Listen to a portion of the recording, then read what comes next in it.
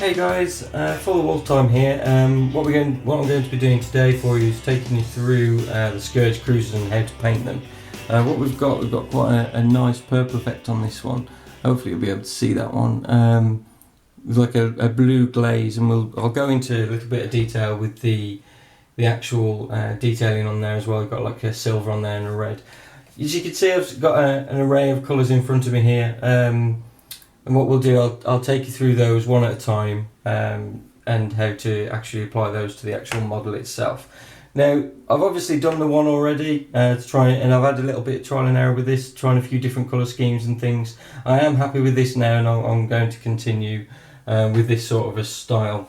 To paint the actual model itself, I've got a few Army Painter brushes. To start off with, you've got the Army Painter standard brush. Great little brush, really puts the colour on well. Really good quality of brushes with the Army Painter, and I've used that to get a nice base coat on there of Nagaroth Night. Now this is from the Citadel range of colours from Games Workshop. A lot of people say to water these down as well, which is really good advice, which I will be doing on my palette that I've got. I've already applied that one, so that one's actually on the model already. And we'll continue with the next colour onto there straight away. So I'll put that aside. So the next colour I used to get the effect was the Xeres purple. Xeres purple, I think you pronounce it. So the first thing you want to do is give it a really good shake. To get this on there again, I'm going to be using the standard brush to get the colour on onto the model itself. In fact, what I'm going to do, one of the things I did pick up on when I was doing the other one was the dry brushing on these colours on actually works really well, because it puts a natural shade straight onto the model. So what I'm going to do with this actually is trial dry brushing this one straight on there, rather than giving it a block of the Xeres purple. If you haven't dry brushed before, it's fairly simple to do. You get your dry brush again. This is the Army Painter dry brush. Get it into the pot itself. And then essentially what you're doing, you're wiping as much of the colour off the actual model as you can, and then literally painting it over the model. And as you're working through the model, what you're noticing is that it only picks up like the raised areas or the smoother areas, and it looks really good when it's on there. It gives you straight away, you're getting that natural sort of a shade through the actual model itself. So we'll do that all over the top areas of the model, leaving the underside of the model, the Nagaroth Night, to give it that real sort of deep dark colour underneath, almost like you've got a star or something in the distance shining the light on there, which is bringing up that purple colour on the rest of the model. So I'll do that, and then we'll come back.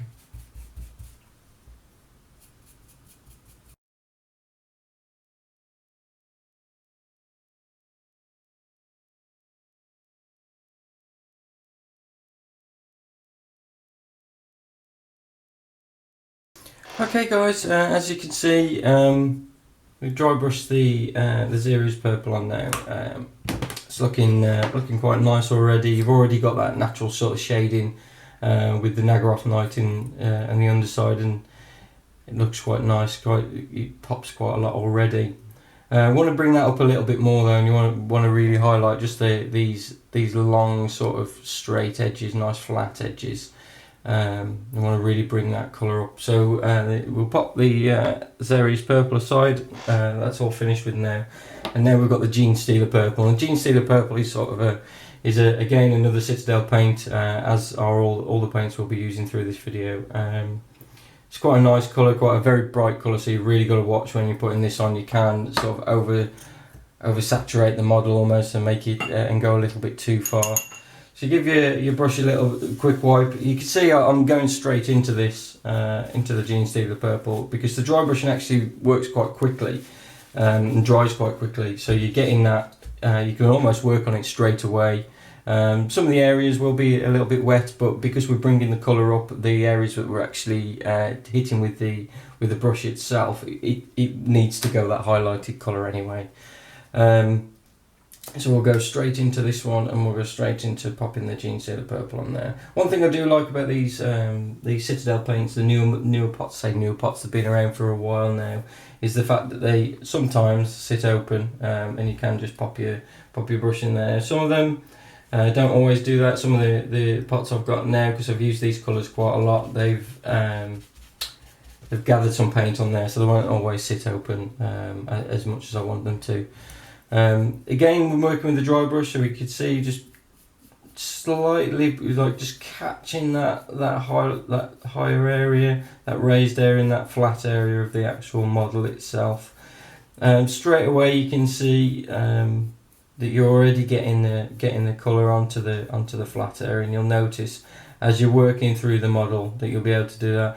Now, the best thing to always remember with dry brushing is go very, very light to start with, because once you've got the colour, too much colour on the model, you can't get it off, and you won't be able to get it off, or you'll have to go back over the top of it again, which then puts a lot of paint onto the model, and you might lose a little bit of that detail. So the best advice I could give is go light and then just go a little bit harder till you get that desired effect on the model of the lighter colour, and that way you're not going to have to go back over what you've already done. And I can see that's already starting to take effect on the front of the vehicle there in comparison to the back. Hopefully you'll be able to see in this light. It's not exactly great, but I'll work on that. I'll go through this now, and then I'll come back.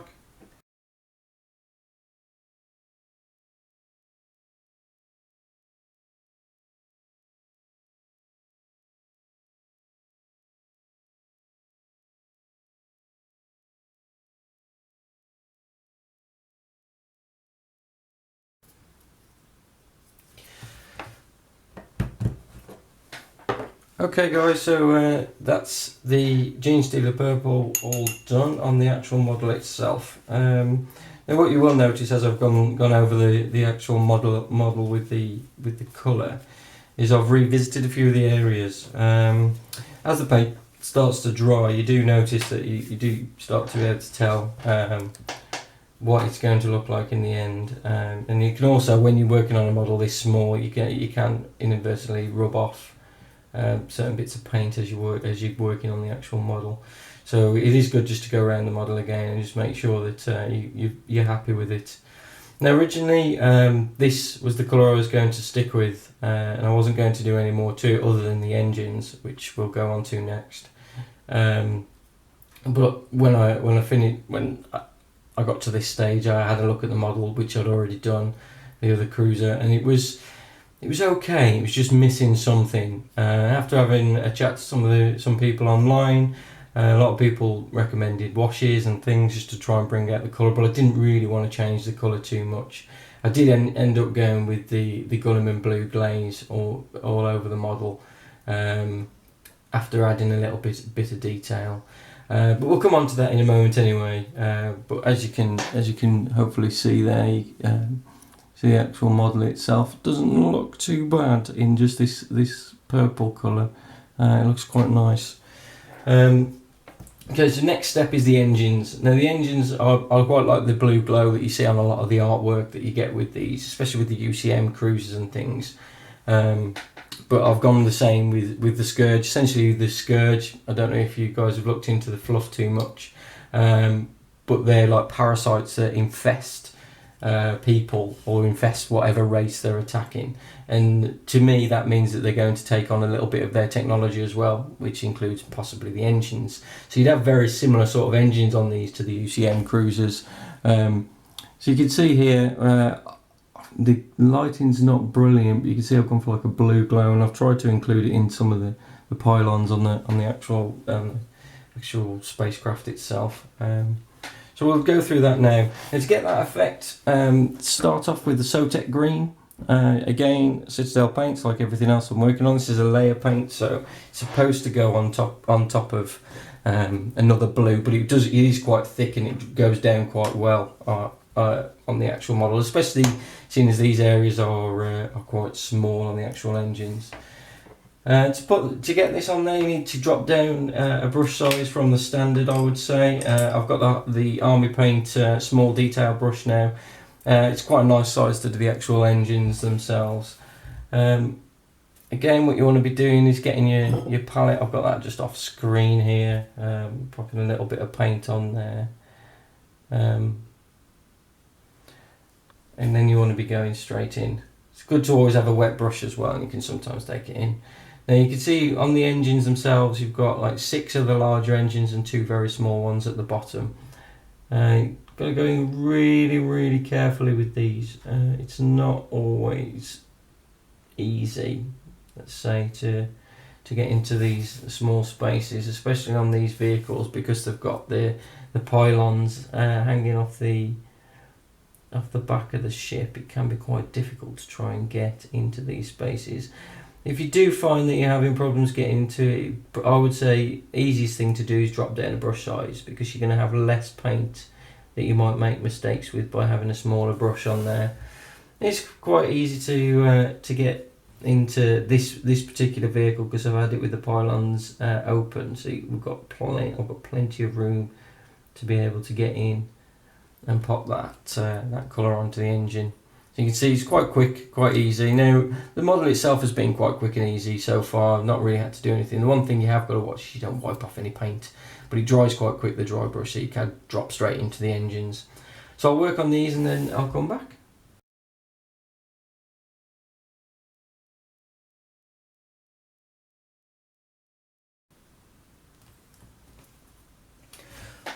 Okay, so that's the first colour on the actual engines themselves. You can see the Sotec green there, just on the engines.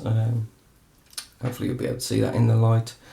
And the next stage will be to bring that colour up and to go into the centre of that colour with the Temple Guard blue, to give it a glow. We've got to wait for that to dry though at the moment, so we can't do any more on that part of the model itself. So the engines will give it a bit of a break too.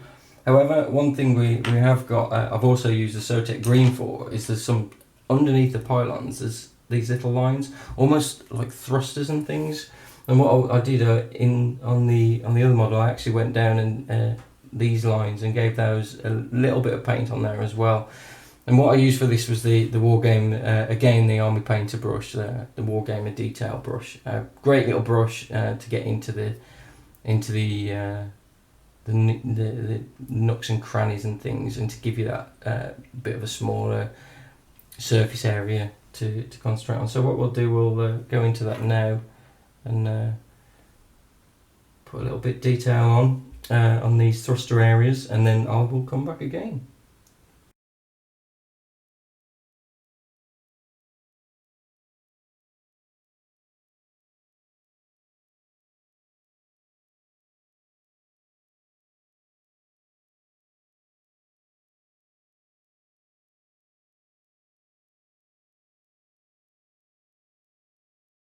Okay guys, so that is the Sotec green applied to the thrusters underneath the actual spacecraft, and it looks quite effective already. Quite a nice sort of a colour on there. Okay, so now at this point the Sotec green that we've put onto the engines will be dry. So we could move straight into the Temple Guard blue and start to give it that bit of a glow. So Temple Guard blue, again is another layer paint, a bit of a brighter paint. Now again, what we're going to do is use this detail brush to get in there, because we wanted it to go on a smaller area to the other brush we were using earlier. So what we need to do with this is just go into the centre of of the engine itself and slightly outwards, so almost, say we cover 50% of the engine, I would say. So you're just going down slightly into it, and that'll start giving it a bit of a glow, an eerie glow to the actual engines themselves. So you can see it's quite simple, quite easy to do. I've already done the one, so it's quite a quick one. So I'll do that and then come back.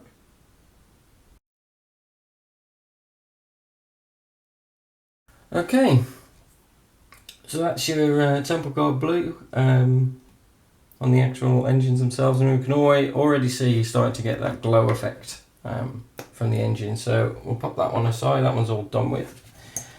Best thing you can do now is go and have a coffee or a tea or a juice, get your head out of it for a little while. Just give your eyes a bit of a rest as well. It's really important to do that, because as you're working on a model, you can sometimes start to miss things because you're too stovepipe. So if you walk away from it and come back, so we'll give you a bit of a break, and we'll see you in a minute. Okay, so welcome back, guys. I've been away, had a cup of tea, allowed the model to dry. So all the paint on the actual model itself now is all dry.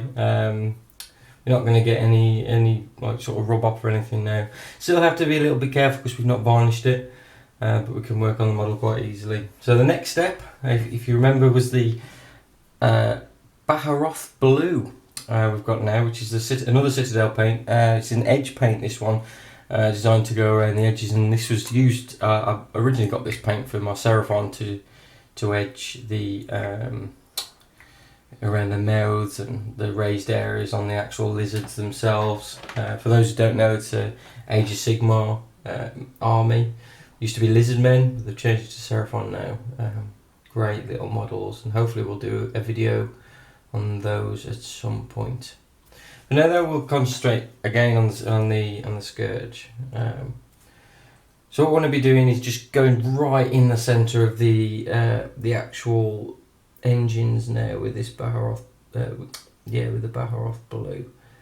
And what it does, it just gives it that nice highlight down the middle. It's really good. Really gives it that sort of hot look that you'd expect from these engines, these bluey engines. Now, I've done this before on my UCM, which I didn't do a video for. So next time I pick some UCM up, hopefully I'll do a video for them. Great looking ships.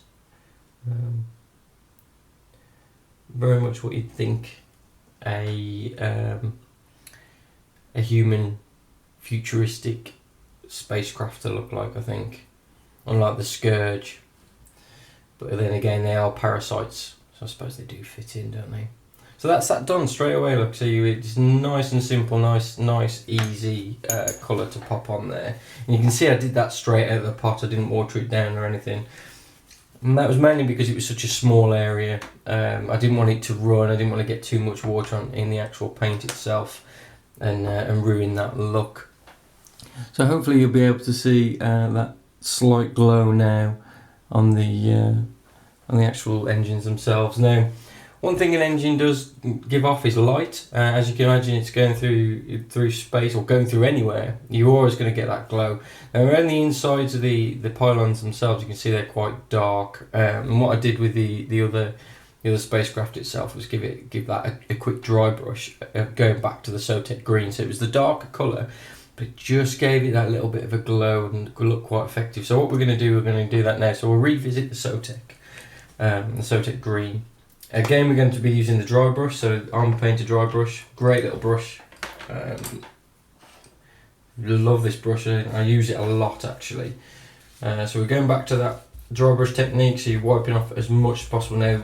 Because you're going onto an area and you're only trying to give it a glow, what you want to be doing is getting as much of this paint off as you can, but trying at the same time to coat all the bristles with the actual colour. You're going to go in really lightly next to the engines themselves on the inside of these pylons, and what you're going to get straight away, you start to see this glowing effect as the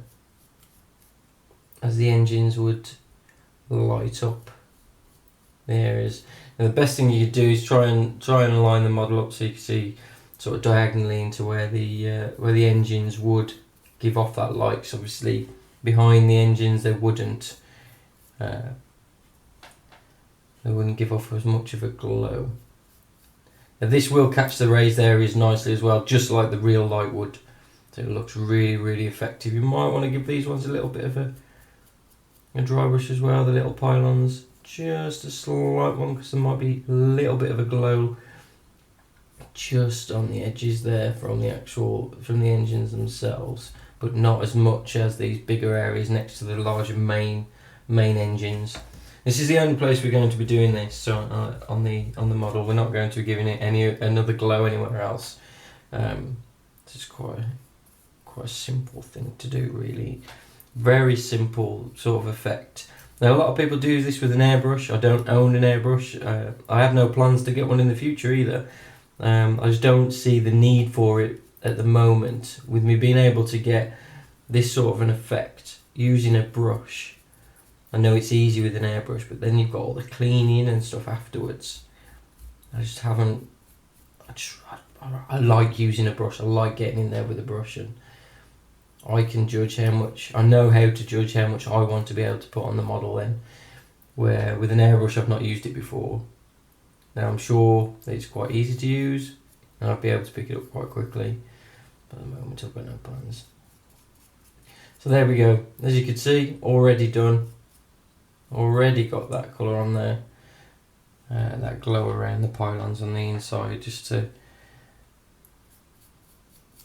we can see those engines really working to push this strange spacecraft through space.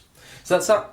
Nice and easy to do. Nice, easy, fast effect, and really, really effective as well. I know you probably can't see it very well on this camera because of the lighting, and what I'll do is try and get a photo, a good photo of these couple of cruisers that I'm working on, and we'll put that at the end of the video so you can really see how effective that glow is. So giving the dry brush a good clean out now, and then we'll move on to the next bit. Okay, so move that aside. So now we're going into the detail part of it. This is there's only really two colours I'm using for this. Got the chainmail, which is a nice silver colour, really, really bright silver. It's an older paint that I've had kicking around for a while, and I thought I'd use it on these to give it a really bright silver colour, because it will get darkened down in a little bit. And then red for any of the edges of the weapons at the front, just give it that sort of sinister feel. So I'll work on that now. We'll open up this paint again. We're going to be using the Army Painter Wargame detail brush. I've just got my palette off camera again. Now this paint is an older paint, so doesn't necessarily need washing down as much. You need to give your brush a really nice tip for this. It's going to be really difficult to get to these areas. Now you can see these are very, very small areas. All these raised areas need doing, and then any of the decorative smaller areas. It's quite difficult to get into these. Now you can't go back over the top with any of the other paints. One good thing about using a brush instead of an airbrush is if you make a slight mistake with any of your paints, you could use your original colours, because you've not blended and stuff with an airbrush, to get in there and cover up any sort of mistakes you may have made.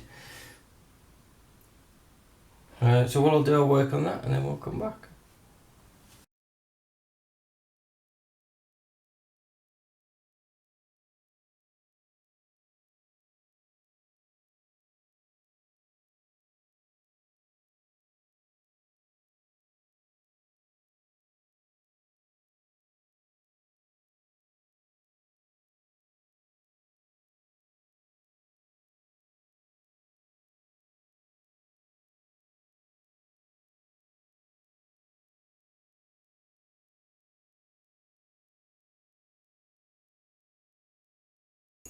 Okay guys, so I've put all the silver on now. I made a few minor mistakes as we went along, unfortunately.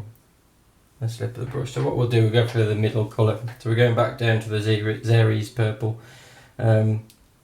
just to try and rectify some of those mistakes as we went over the model. So we'll just touch up a few of those areas. Now, because we were only really putting it on very, very lightly with this silver, sorry, the paint should already be pretty dry, so we should be able to go over the top of it fairly easily without any sort of major issues.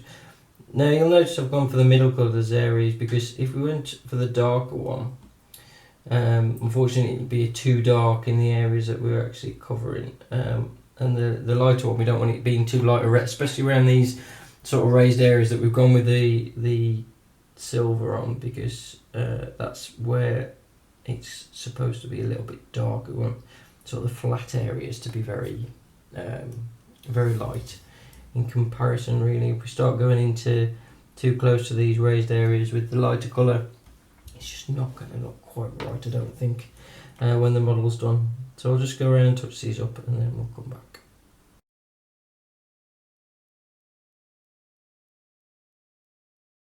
Okay, I think that's it. I think that's all the touching up we need to do around the model itself. Oops. Probably prefer not to throw it on the floor though.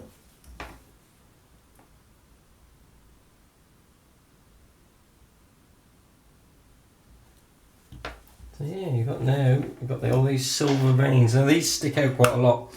I think you could see it on the video. You can see the silver actually makes sticks out quite a lot on the model, and we don't really want it to look that bright. So what we'll do, we'll attempt to darken that down with the glaze. So we've got the Gulliman Blue glaze, again from Citadel from Games Workshop. Quite a nice glaze, very good for doing lenses and things if you're wanting to get that sort of a glassy feel. And you can put like a lighter grey or a white and then put the glaze over the top, and then it looks quite effective. Now for this, what it'll do, it'll sort of mix with the purple quite nicely and give like a deep dark purple in all the recesses. It'll look really good. Now to actually put this on, what we've got is a wash brush. This is just a cheap model painter wash brush, but it's never done me wrong, this brush. It's really good brush actually, especially if you're on a budget. It's quite a good one. There's none of the expensive wash brushes and things compete, I don't think, or they're of equal. They're equally good.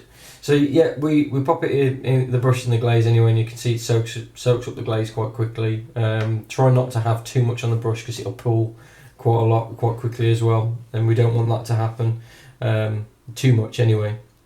And then we literally just coat the whole model. Just do it gently. You don't need to push down too hard. And then try and get onto all these silver areas as well. One area that I'm not going to do is on the underside, just where the engines are. We don't want to be like darkening that down at all. We want that to stay quite nice and bright on the model. Like quite a nice area, and you can see straight away this is going like a really deep purple colour. But what you'll notice as the glaze settles on the model, it'll all just settle into the recesses itself. It'll all start to disappear a little bit into the recesses, which is quite good. Now to do that, you do need a little bit on the brush. I mean, you don't want nothing on the brush, but try not to have too much. I know that doesn't really make sense. No, that really doesn't make sense to have.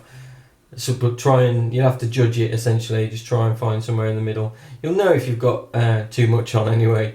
It'll be really obvious. Yeah, one thing you do want to try and do with this is get into all these silver areas, and it gives it that sort of a bluey purple tinge to the silver, which is quite a nice colour compared to the really bright silver that we've got. I don't really want that to stay on the model. You can see straight away, you can see a comparison there between the side I've done and the side that hasn't been done yet. You can already see there's like really deep dark bluey purple areas in all the recesses and around all these silver areas. It looks really effective, especially when it's dry. Looks really nice. And this will take a while to dry. I would probably say, a lot of people say leave it overnight. I wouldn't go that far. I don't think it needs to be left overnight, but a good hour or so, and it'll be okay to do any further detailing on there. So what we'll do, I'll keep going with this, and yeah, I'll talk to you in a minute.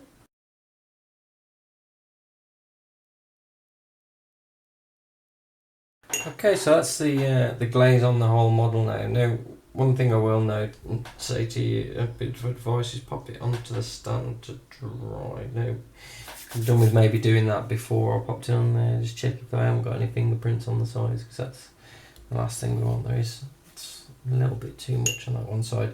If there's a little bit much of the glaze on there, you can just simply come along with your wash brush, wipe all the excess paint and stuff off your wash brush, and you can come in with it. And what it does, because it's quite a soft, thick brush, it'll suck a lot of this glaze up. You can just touch it on there and it'll suck it up, but you can spread it out as well, as long as you don't leave it on too long and then notice, because once you've done that, you'll actually go really streaky, and you don't want it to do that. You don't want a streaky glaze on the model. So last thing you saw on there. But there we go.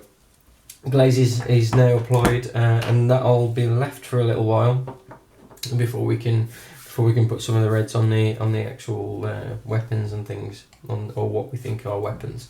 Now, one thing you will notice on the bases before we move on to that is I've got these white lines. They come like this, so you've got a completely black sort of effect on the actual base itself. But on the bases you do have raised areas which denote the front and side and rear arcs of the weapons, or for the weapons. Now it's not really noticeable using the bases just as they are. You can do, you don't need to paint them, you can leave them as they are, but you will always have to check. Now what I've done here is painted them with Ulthur and Grey, which is another Citadel paint, a layer paint. And what that's done, it's really made it stand out. It's not quite white. I think white would be too bright. So it's almost like a dull white on there. And you can clearly see now that the big area is the front arc, and you can clearly see those rear and side arcs of fire as well. And it really stands out quite nicely. So when they're on the tabletop, you'll be able to see it really well. To do that, you just use a small brush, again a detail brush, just to get a single line on there. They are raised, as I say, so all you need to do is just paint those raised areas, and it looks quite nice. A lot nicer than just the plain black, I think. So we'll leave it there for a little while. I'll wait for this to dry, and then we'll come back. Okay guys, so we've given it plenty of time to dry on the ink, and it's looking really, really good so far. So what the next step is the corn red on a few of the weapons. So corn red's a great colour. It's really quite vibrant, but it's not too bright. I quite like this colour. What you could do with this is highlight it in the middle, same way as we've done with the engines. We could highlight just the centre of the area we paint with the weapons, that brighter colour. I'm not going to do it with these at this stage, but that is something you can do. So with this, just drop it onto all these little areas where it's the weapons. You can see. Now I'm just going to take it off the base actually and make it a little bit easier. So all these little dots just around the edges. Point defense lasers and things. We've also got the larger guns on this cruiser variant, just at the front as well. So you can see just around the edges there. You can see start putting the little red, and what we'll do it on the front as well, just to highlight those edges of the weapons. And you could do these any colour you wanted to. You don't have to do red. It's purely because it stands out a little bit for me from the rest of the colour scheme on the ship. It does look really good. So yeah, we literally just a little dot just on the edges there, using your detail brush. Well, you don't have to use your detail brush. You could use a standard brush if you get a good end on it. But I do like to use the smaller brushes, to be honest, just so I could get Make sure I can get that into that detail a little bit better. So there we go. Just touch up this one. There's always somewhere you're not happy with whenever you do it. Don't forget, if you go over any of these areas, it's quite easily just to touch up with the other purples. Now, because you've gone over it with the glaze already, it can look a little bit different. So try your hardest not to get any on the edge there. And there we go, nice and simple on the edge there. I think that might have us done, to be honest with you. I don't think there's any other weapons on this variant of ship. So there we go, nice easy little bit at the end. As you can see, while we were waiting for the glaze to dry, I actually went around these the bases with the white as well, or not white rather, with the Arthurian grey. And you can see here it does stand out a lot better from what we had earlier, which was the plain black. So you can see the front of the where the front of the vessels are and the different firing arcs. So there we go. Put it on the base.